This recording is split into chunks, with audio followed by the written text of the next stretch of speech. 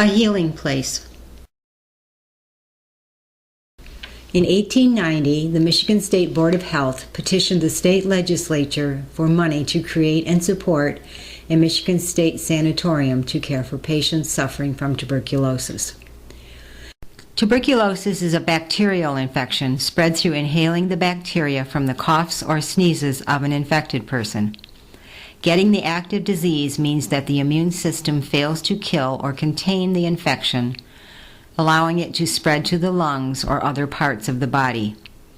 A persistent cough, blood and phlegm, fever and fatigue are typical symptoms of tuberculosis.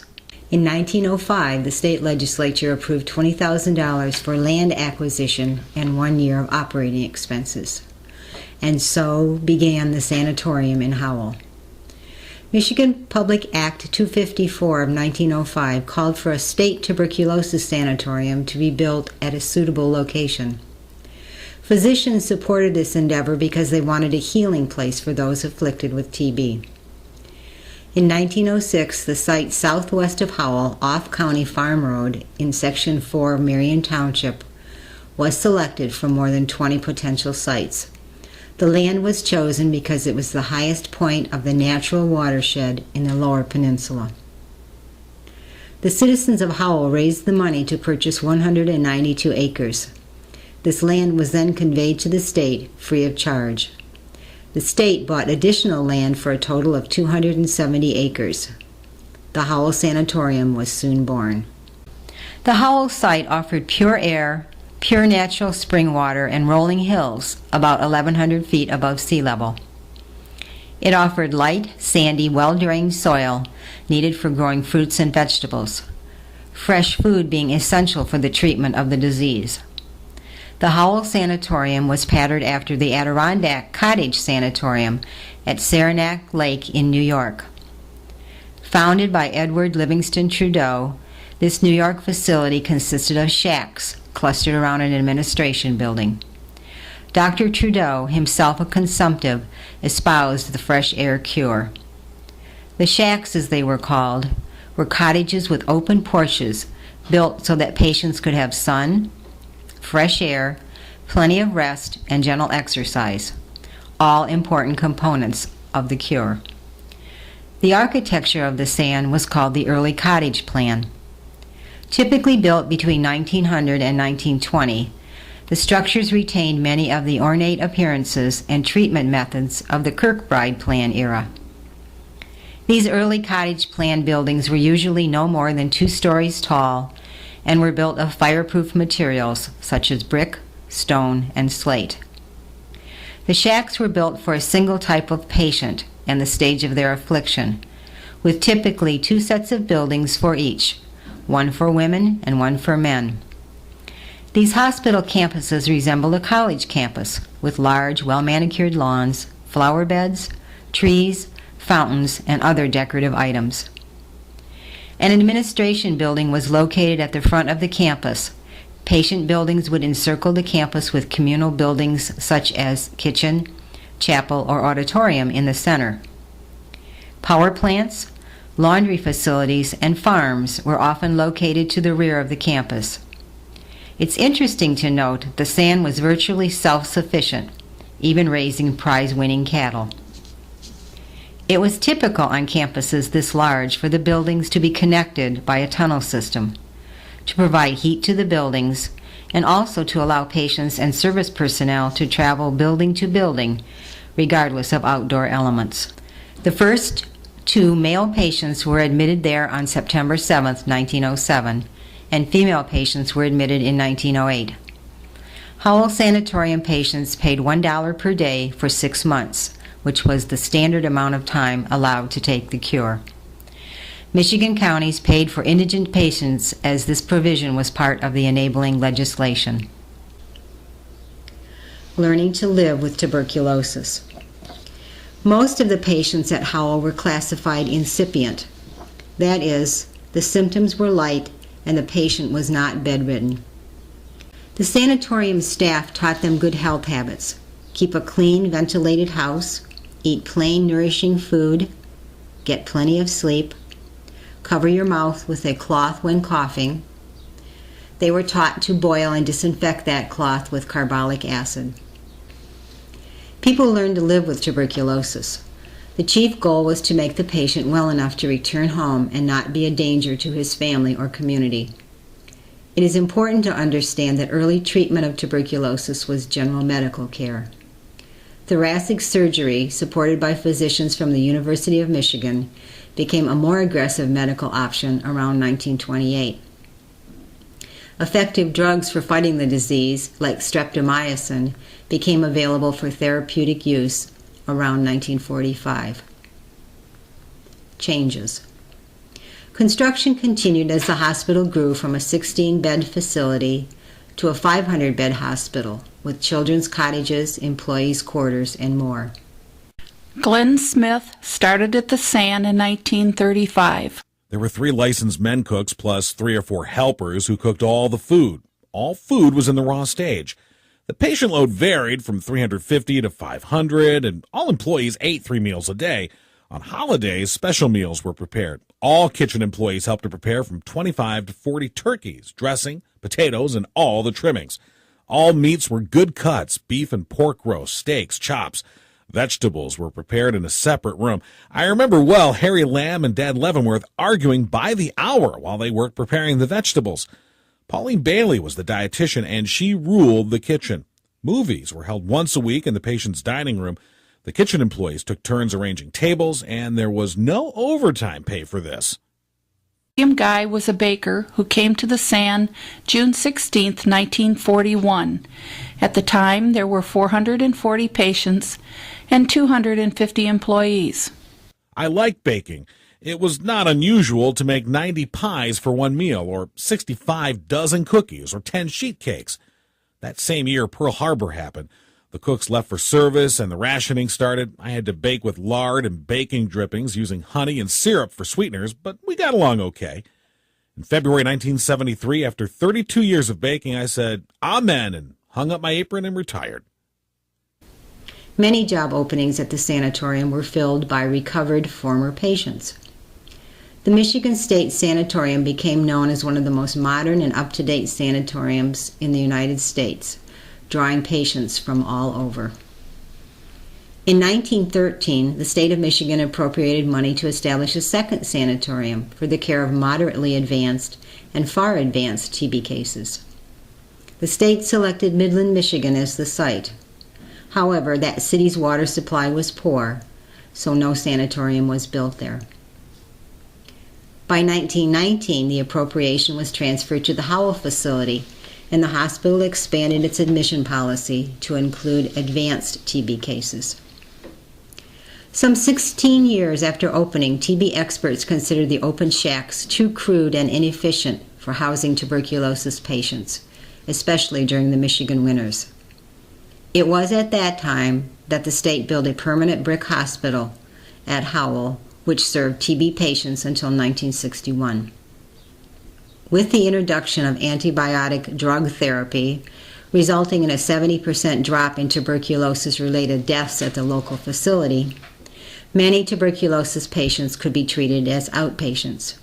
In a 1982 interview, Howell's Clint Whalen remembers Hillcrest well. "I have a unique perspective, first as a TB patient in the 1930s and 1940s, and then as a longtime employee of the facility. Back in those days, TB was the #1 killer. It was the polio of the day. Tuberculosis was a communicable disease of man and animals carried by microorganisms which caused lesions on the lung, in the bone, and other parts of the body. Back in those days, it was called consumption because of the way the disease seemed to consume the individual it affected. The germ would work into the lungs and destroy the tissue. As a patient, I remember sitting out on the sun porch in the winter months in the cold air with warmers, hot water bottles, on our legs. In 1942, I got my first job at the sanatorium, working as a clerk typist before being promoted to account clerk, earning $105 a month.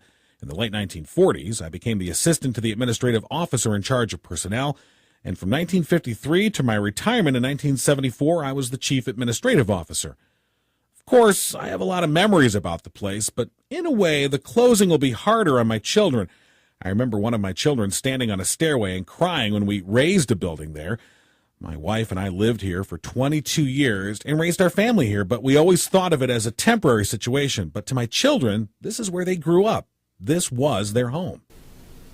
In 1954, the state enacted legislation that allowed the sanatorium to broaden its admission policy to accept patients who were not suffering from TB. And in 1958, it began to accept mentally ill patients.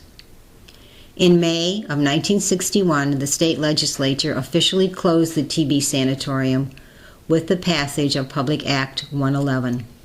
Staff, buildings, and funding were transferred to the Department of Mental Health and became known as the Howell State Hospital. In 1971, the state hospital became the Hillcrest Center, and in 1978, it became the Hillcrest Center for the Developmentally Disabled. In 1982, the state closed Hillcrest Center. The state decided not to renovate the complex of buildings at an approximate cost of $10 million. Without such renovations, the facility would not meet federal and state guidelines established for the care of its patients, and consequently would lose state and federal funding.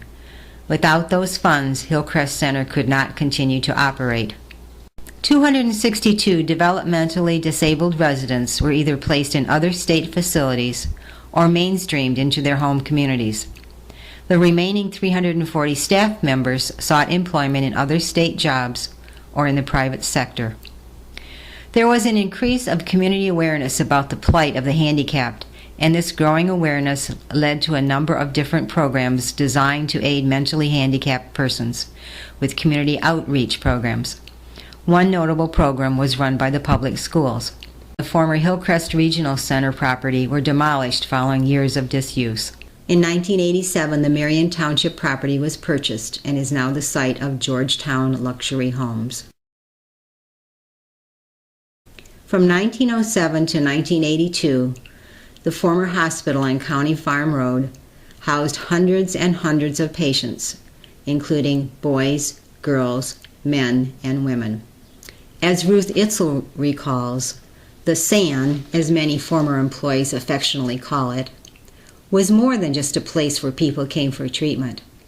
It was a self-sufficient entity that aimed to meet the patients' and employees' every need with a working farm, apple orchard, convenience store, post office, water and heating plants, and kitchen staff. The hospital, situated on the highest point in southeast Michigan, offered patients as well as workers a picturesque place to live. Dormitories were set up for single employees, while married staffers were offered apartments, 4 per building. Marilyn Wilkinson remembers the complex as just another neighborhood. My parents, Leslie and Ruth White, worked and lived at the facility for years. It's where I grew up, with other family members, both blood-related and not, because everyone who lived there was like family. My father was the head of building and grounds, and my mother was an accountant. I was 6 years old when our family moved there. It was a great place to ride bikes. You couldn't find a better place for sledding and tobogganing, with almost 300 acres to play on. The pond offered fishing in the summer and ice skating in the winter. I babysat for Dr. Detterbeck's children, and it was wonderful to use the connecting tunnels to get from one side of the facility to the other when the weather was bad. Dr. Frank Detterbeck, a native of Switzerland who served as superintendent of both Howell State Hospital and Hillcrest Center for 25 years, reflects. Physician apartments were close to the hospital in case of emergencies. Since each of the physicians hired at the sanatorium was a specialist in tuberculosis, it was common to have several countries represented. During my 25-year tenure, the countries of Thailand, Germany, Turkey, and the United States were all represented at one time. After leaving the facility, many of the physicians stayed in the area, opened practices, shared services, and even helped some former patients become doctors. Lou Crawford remembers how sad it was to close the place. At age 15, Crawford's father brought him into the family as part-time help in the kitchen. He enjoyed working in the kitchen and eventually rose to the chef's position, ending his 33-year tenure in maintenance. Reflecting on earlier times, he described the property as a beautiful place. According to Ralph Benson of Howell, one of the few remaining former employees dating back to the time of the TB patients, he began his 42 years of service as a farmhand at the age of 18. The sanatorium had its own dairy farm, and he helped bottle the facility's milk. He moved to the stockroom, then to the heating plant before ending his career in 1982. Dolores Kalin of Genoa Township remembered fondly of being part of a big family, watching a lot of children grow up, go off to service, return home, and begin their own families. Her late husband, Robert, was a barber at the facility from 1947 to 1978. It should be noted that in today's history, the sanatorium, which opened in 1906, is often confused with the county poor farm, which dates back long before the sanatorium was built. In 1871, the Hiram Wing Farm was sold to the county for a site to house all of the county's poor. This was standard practice in most communities. On an adjoining property, a cemetery for burial of the county's poor was also created. The building no longer exists. However, access to the cemetery exists in the Blossom Farms subdivision. The stones were placed in neat rows at the site, but unfortunately not over exact graves, with approximately 65 interments on the site. Patient records are held in the Archives of Michigan and are restricted. A former patient has the right to review his individual case file. Other researchers must present a death certificate documenting that the person being researched is deceased. Documents include records for the roughly 16,000 patients of the sanatorium and include applications for admittance, medical history, treatment prescribed, operations performed, drugs given, the initial diagnosis at admission, and prognosis at discharge, along with patient name, address, sex, age, race, occupation, civil condition, ethnic origin, religious affiliation, and family. A guide describing the records is available in the reading room of the State Archives of Michigan and online at michigan.gov/Library of Michigan.